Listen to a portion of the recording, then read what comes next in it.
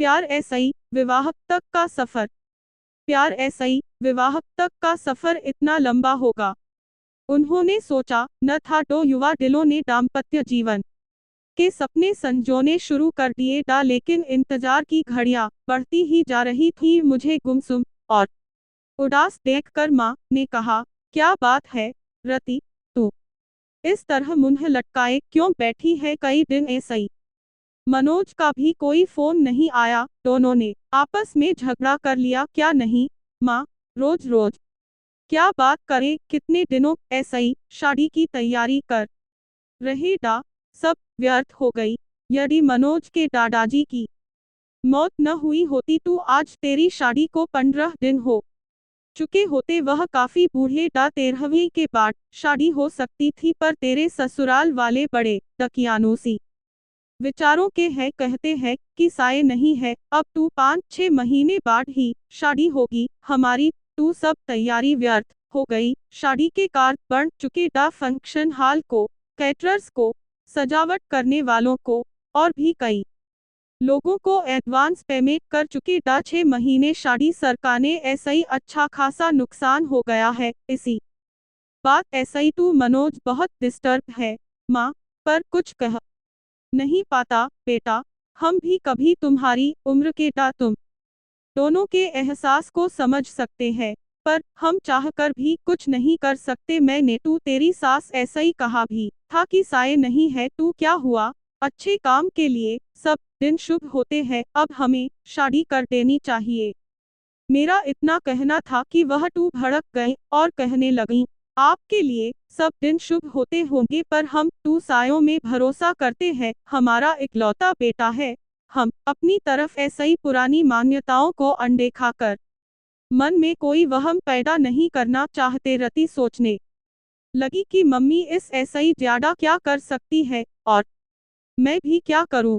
Mummy को कैसे बताऊं कि मनोज क्या चाहता है? नर्सरी ऐसा ही इंटर तक हम दोनों साथ साथ पढ़े डा, किंतु दोस्ती इंटर में आने के बाद ही हुई थी। इंटर के बाद मनोज इंजीनियरिंग करने चला गया और मैंने बीएससी में दाखिला ले लिया था। कॉलेज अलग होने पर भी हम दोनों छुट्टियों में कुछ समय साथ बिताते डा, बीच में फोन पर बातचीत भी कर लेते डा। कंप्यूटर पर चैट हो जाती थी। एमएससी में आते ही मम्मी पापा ने शादी के लिए लड़का तलाशने की शुरुआत कर दी। मैंने कहा भी कि मम्मी एमएससी के बाद शादी करना, पर उनका कहना था कि तुम अपनी पढ़ाई जारी रखो, शादी कौन सी अभी हुई जा रही है। अच्छा, लड़का मिलने में भी समय लगता है। शादी की चर्चा शुरू होते ही मनोज की छवि मेरी आंखों में तैर गई थी। यूं हम दोनों एक अच्छे मित्र डा, पर तब तक शादी करने के वादे हम दोनों ने एक दूसरे ऐसा ही नहीं किए डा, साथ मिलकर भविष्य के सपने भी नहीं देखे डा। पर मम्मी द्वारा शादी की चर्चा करने पर मनोज का ख्याल आना, क्या इसे प्यार समझूं? क्या मनोज भी यही चाहता है? कैसे जानूं उसके दिल की बात? मुलाकात में मनोज ऐसा ही मम्मी द्वारा शादी की पेशकश के बारे में बताया तो वह बोला, इतनी जल्दी शादी कर लोगी? अभी तो तुम्हें 2 वर्ष ऐसी करने में ही लगेंगे। फिर कुछ सोचते हुए बोला था, सीधे सीधे बताओ, क्या मुझ ऐसा ही शादी करोगी? पर अभी मुझे सेटल होने में कम ऐसा ही कम 2-3 वर्ष लगेंगे। प्रसन्नता की एक लहर तनमन को छू गई थी। सच कहूँ मनोज, जब मम्मी ने शादी की बात की तो एकदम ऐसा ही मुझे तुम याद आ गए डा। क्या यही प्यार है? मैं समझता हूँ यही प्यार है। देखो, जो बात अब तक नहीं कह सका था, तुम्हारी शादी की बात उठते ही मेरे मुंह पर आ गई और मैंने तुम्हें प्रपोज कर डाला। अब जब हम दोनों एक दूसरे ऐसा ही चाहत का इजहार कर ही चुके हैं, तो फिर इस विषय में गंभीरता ऐसा ही सोचना होगा, सोचना ही नहीं होगा। रति, तुम्हें अपने मम्मी पापा को इस शादी के लिए मनाना भी होगा। क्या तुम्हारे घर वाले मान जाएंगे? देखो, अभी तो मेरा इंजीनियरिंग का अंतिम साल है, मेरी कैट की कोचिंग भी चल रही है, उसकी भी परीक्षा लेनी है। वैसे हो सकता है इस साल किसी अच्छी कंपनी में प्लेसमेंट मिल जाए, क्योंकि कॉलेज में बहुत सी कंपनियां आती है और जॉब ऑफर करती है। अच्छा ऑफर मिला तो मैं स्वीकार कर लूंगा। और जैसे ही शादी की चर्चा शुरू होगी, मैं तुम्हारे बारे में बता दूंगा। प्यार का अंकुर तू हमारे बीच पनप ही चुका था, और हमारा यह प्यार अब जीवन साथी बनने के सपने भी देखने लगा था। अब इसका जिक्र अपने अपने घर में करना जरूरी हो गया था। मैंने मम्मी को मनोज के बारे में बताया तो वह बोली, वह अपनी जाति का नहीं है। यह कैसे हो सकता है? तेरे पापा? तू बिल्कुल नहीं मानेगे क्या? मनोज के माता पिता तैयार है। अभी तू इस बारे में उसके घर वाले कुछ नहीं जानते। फाइनल परीक्षा होने तक मनोज को किसी अच्छी कंपनी में जॉब का ऑफर मिल जाएगा, और रिजल्ट आते ही वह कंपनी ज्वाइन कर लेगा। उसके बाद ही वह अपने मम्मी पापा ऐसा ही बात करेगा। क्या जरूरी है कि वह मान ही जाएंगे? मम्मी, मुझे पहले आपकी इजाजत चाहिए। यह फैसला मैं अकेले कैसे ले सकती हूँ? तुम्हारे पापा ऐसा ही बात करनी होगी। उन ऐसा ही बात करने के लिए मुझे हिम्मत जुटानी होगी। यदि पापा तैयार नहीं हुए तो तुम क्या करोगी? करना क्या है मम्मी? शादी होगी तो आपके आशीर्वाद ऐसा ही होगी, वरना नहीं होगी। इधर मेरा MSc फाइनल शुरू हुआ, उधर इंजीनियरिंग पूरी होते ही मनोज को एक बड़ी कंपनी में अच्छा स्टार्ट मिल गया था। और यह भी करीब करीब तय था कि भविष्य में कभी भी कंपनी US भेज सकती है। मनोज के घर में भी शादी की चर्चा शुरू हो गई थी। मैंने मम्मी को जैसे तैसे मना लिया था और मम्मी ने पापा को, किंतु मनोज की मम्मी इस विवाह के लिए बिल्कुल तैयार नहीं थी। इस फैसले ऐसा ही मनोज के घर में तूफान उठ खड़ा हुआ था। उसके घर में पापा ऐसा ही ज्यादा उसकी मम्मी की चलती है, ऐसा एक बार मनोज ने ही बताया था। मनोज ने भी अपने घर में ऐलान कर दिया था कि शादी करूंगा तू रति ऐसा ही, वरना किसी ऐसा ही नहीं। आखिर मनोज के बहन भनोई ने अपनी तरह ऐसा ही मम्मी को समझाया था। मम्मी, आपकी यह जिद मनोज को आप ऐसा ही दूर कर देगी। आजकल बच्चों की मानसिक स्थिति का कुछ पता नहीं चलता कि वह कब क्या कर बैठे। आज के ही अखबार में समाचार है कि माता पिता की स्वीकृति न मिलने पर प्रेमी प्रेमिका ने आत्महत्या कर ली। वह दोनों बालिग है। मनोज अच्छा कमा रहा है। वह चाहता तो अदालत में शादी कर सकता था, पर उसने ऐसा नहीं किया और आपकी स्वीकृति का इंतजार कर रहा है। अब फैसला आपको करना है। मनोज के पिता ने कहा था, बेटा, मुझे तू मनोज की इस शादी ऐसा ही कोई ऐतराज नहीं है। लड़की पढ़ी लिखी है, सुंदर है, अच्छे परिवार की है, और सब ऐसा ही। बड़ी बात मनोज को पसंद है, बस हमारी जाति की नहीं है। तू क्या हुआ, पर तुम्हारी मम्मी को कौन समझाए? जब सब तैयार है तो मैं ही उसकी दुश्मन हूँ क्या? मैं ही बुरी क्यों बनूं? मैं भी तैयार हूँ। मम्मी का इरादा फिर बदले। इस ऐसा ही पहले ही मंगनी की रस्म पूरी कर दी गई थी।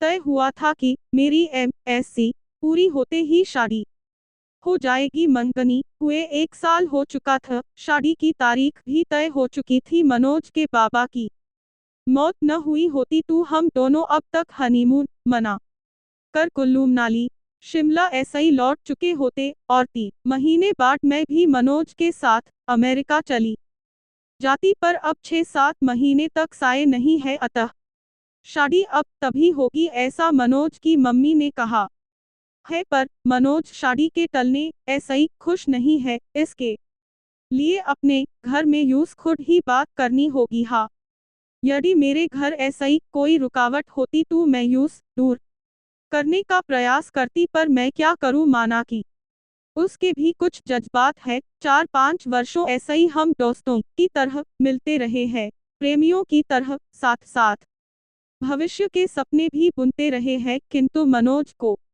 कभी इस तरह कमजोर होते नहीं देखा। यद्यपि उसका बस चलता तो मंगनी के दूसरे दिन ही वह शादी कर लेता, पर मेरा फाइनल साल था इसलिए वह मन महसूस कर रह गए। प्रतीक्षा की लंबी घड़ी आया, हम कभी मिलकर कभी फोन पर बात करके काटते रहे। हम दोनों बेताबी ऐसा ही शादी के दिन का इंतजार करते रहे। दूरी सहन नहीं होती थी, साथ रहने व एक हो जाने की इच्छा बलवती होती जाती थी। जैसे जैसे समय बीत रहा था, सपनों के रंगीन समुंदर में गोते लगाते दिन मंजिल की तरफ बढ़ते जा रहे। शादी के 10 दिन पहले हमने मिलना भी बंद कर दिया था कि अब एक दूसरे को दूल्हा दुल्हन के रूप में ही देखेंगे। पर विवाह के 7 दिन पहले बाबाजी की मौत हमारे सपनों के महल को धराशायी कर गई। बाबाजी की मौत का समाचार मुझे मनोज ने ही दिया था और कहा था बाबाजी को भी अभी ही जाना था। हमारे बीच फिर अंतहीन मरुस्थल का विस्तार है। लगता है अब अकेले ही अमेरिका जाना पड़े। अब तुम ऐसा ही मिलन तू मृगतृष्णा बन गया है। 13वीं के बाद हम दोनों गार्डन में मिले था। वह बहुत भावुक हो रहा था। रति, तुम ऐसा ही दूरी अब सहन नहीं होती।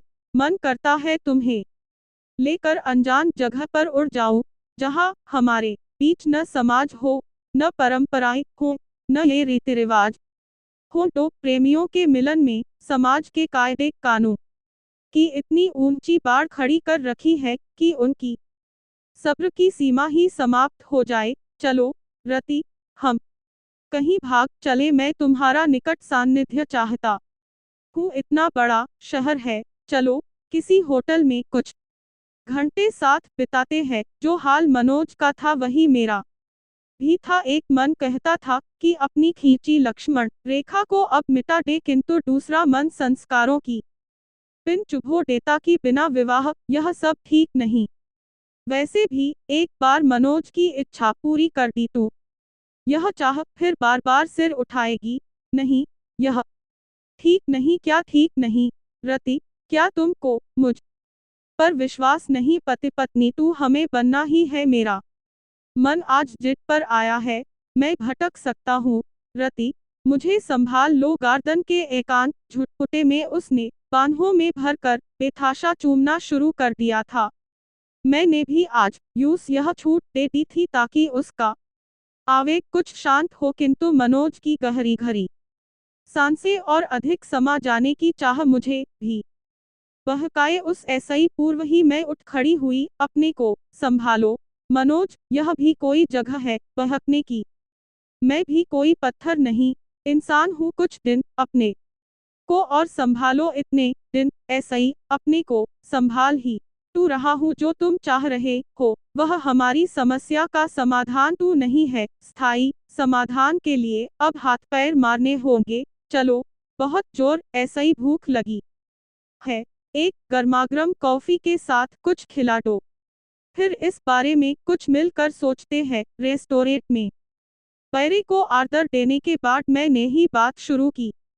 मनोज, तुम्हें अब एक ही काम करना है, किसी तरह अपने माता पिता को जल्दी शादी के लिए तैयार करना है, जो बहुत मुश्किल नहीं। आखिर वे हमारे शुभचिंतक है। तुमने उन ऐसा ही एक बार भी कहा कि शादी इतने दिन के लिए न टाल कर अभी कर दें। नहीं, यह तू नहीं कहा। तू अब कह दो।